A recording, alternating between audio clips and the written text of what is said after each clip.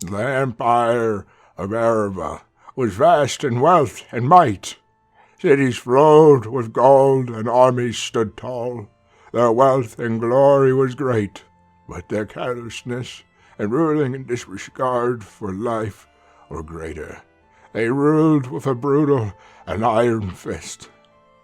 To Erebor, the empire was a true ruler of mankind.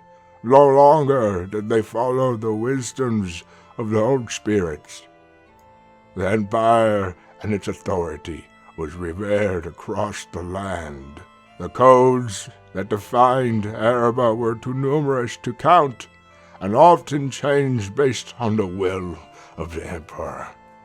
Those that defied the emperor were deemed in contradiction of any of their laws would be shunned and banished from the continent, shipped off to the untamed wildernesses of the Outer Isles, to be left for dead and forgotten as an exile. The Outer Isles were untamed and harsh, a desolate for most, as food, hospitable terrain, and resources were all scarce. Though conflict was plentiful, whilst many upon their exile would fall victim to the contagious violence and chaos of the Isles, there were many who came together and built their strength in numbers, forming small townships and tribes.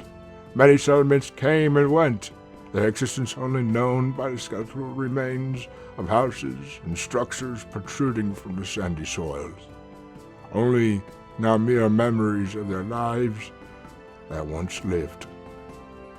As with all things, time was never kind. It did not take long for Erebor to catch on to the exiles' progress. When the Emperor learned of the growing independence, settlements in the Outer Isles, he was displeased. How dare those defile him he permitted to survive? The legions of Erebor were quickly gathering and sent off to the merciless, bringing ruin to the Isles. They razed every village, scorched and tilled the dirt. They slaughtered every exile who stood in their way. The exiles prayed for mercy. No answer came. For months on end, the Empire's armies marched and pillaged and formed of civilizations that cropped up across the Outer Isles, razing every village they came across and killing those who remained to fight, sending the Isle quickly back to the prior squalor. Those who evaded the Emperor's violence dispersed themselves across the land, looking for answers to their problems. As the exiled roamed the Isles, they began finding traces of spirits. The spirits once had been revered as realm's keepers, but the Emperor had destroyed likeness of any of them, banished any who sympathized. There was no room for question. He was the only authority in the realm. The exiles had nowhere else to turn, so they prayed to the spirits. Small changes began to happen. Where there was no water, they found a spring. The nights were too cold, their fires burned hotter. On days where starving, they found mushrooms growing where they had not grown before. Truly, they must have been blessed. The spirits heard their prayers.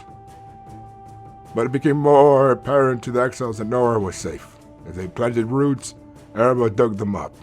If they became nomadic, the exiles would fall back into turmoil. The exiles prayed again to the spirits. They offered what meager bounty they had collected, hoping to attain favor. A spirit came to them appearing in the fire, showing them a virgin land protected by mountains. The fable spread across the Outer Isles, giving many hope where most would despair. And in some makeshift rest, filled with everything they could carry, the more desperate exiles set off into the unknown to find their salvation. Whilst on the great oceans, we were battered by the elements, many of them falling victim to the icy cold waters. Some days, the exiles felt warm winds eating them up, and saw silvers of light coming through the seemingly endless clouds far away. slight glimpse of spirits within. It was only after what felt like months that the first of the exiles made landfall. But their journey wasn't over yet. The land before them was barren, Arctic tundra sharply rising into spires of rock. No light, no life was visible. This was not a land where the exiles could prosper. Some lost hope, others followed the warm winds up the mountain. They had no other choice. In the mountains, blizzards began, and the exiles could see nothing but rock, ice, and huge flakes of snow. Only just before could they see the outline of the moon and sun through the sheets of snow. The shining spears always appeared to stay in the same spot in the sky, so the exiles followed them. For days they trekked through the snow, some falling ill, others losing hope, and some just too weak to continue. But you continued on hoping for bountiful lands and fables told of. There was certainly no turning back now. After many days, when food ran out and exiles, tired and upset, rested one last night before their last push. When they awoke, the world was still. Not the all-encompassing shroud of flurries, no howling wind, only clear blue skies. The exiles rejoiced. In the distance they could see mountains slowly sloping down and up. They saw green trees once again. You were one of these lucky few exiles, guided by the spirits. They prayed, they were finally answered. You had survived the Empire's reign of terror, and the perilous journey, the outer isles amongst the others.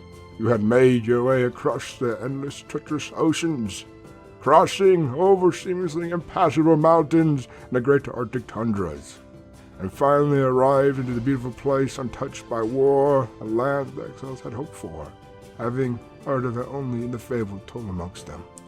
A great continent of mystery and new beginnings, a place for exiles to recover from their great journey, to settle down and thrive without the hardships of living under the Iron Fist.